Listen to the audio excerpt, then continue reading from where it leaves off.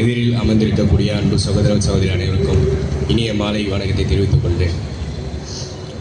படித்து சொன்னேனே ரூல்ஸை ஃபாலோ பண்ணீங்களான்னு சொல்லி நீலிக்கண்ணி டிராமா போட்ட கல்வித்துறை அமைச்சர் அவர்களே, திருத்தணி பக்கத்தில் கொண்டாபுரம் அரசு பள்ளி சுவர் இடிந்து விழுந்து ஒரு பள்ளி மாணவனின் உசுறு பரிதாபமாக போச்சு.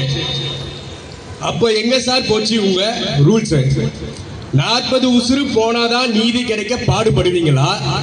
ஒத்த உசுறுன்னா ஓர வஞ்சனை பண்ணுவீங்களா? மக்கள் வரி பணத்துல வாரம் உங்க கட்சி தலைவருக்கும்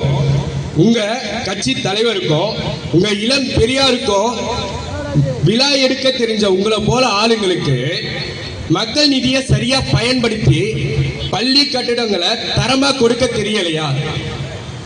வாழும் இளம் பெரியாரு இவரு 2 நாளைக்கு முன்னாடி மதுரையில நடந்த கிறிஸ்துமஸ் விழாவில் பேசுறாரு.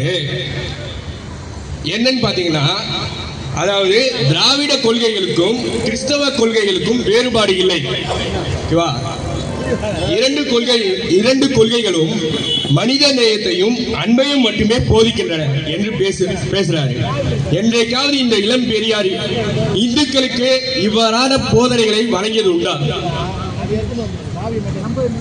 திருப்பரங்குன்றத்துல தீபம் ஏற்றலாம் என்று நீதிமன்றம் கூறியும் தர்காவில் இருந்து 15 மீட்டர் தொலைவில் இருக்க தீபத்தூண்ல தீபம் ஏற்றலாம் சொல்லி இஸ்லாமிய சகோதரர்கள் ஆட்சேபனை இல்லை என்று கடிதம் கொடுத்த பின்பும் சிறுபான்மையினர் மனம் புண்படும் என்று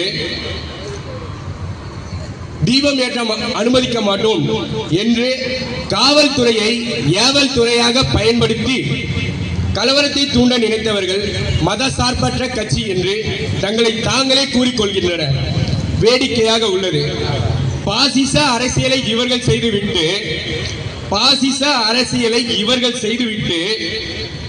பாஜகவை கை காட்டுகிறார்கள். ஒன்றை மட்டும் புரிந்து கொள்ளுங்கள். பாஜகவை நோக்கி நீங்கள் ஒரு விரலை காட்டினால் மற்ற 3 விரல்கள் உங்களை நோக்கி உள்ளது என்பதை நீங்கள் புரிந்து கொள்ளுங்கள் என்பதை நினைவில் வைத்துக் கொள்ளுங்கள்.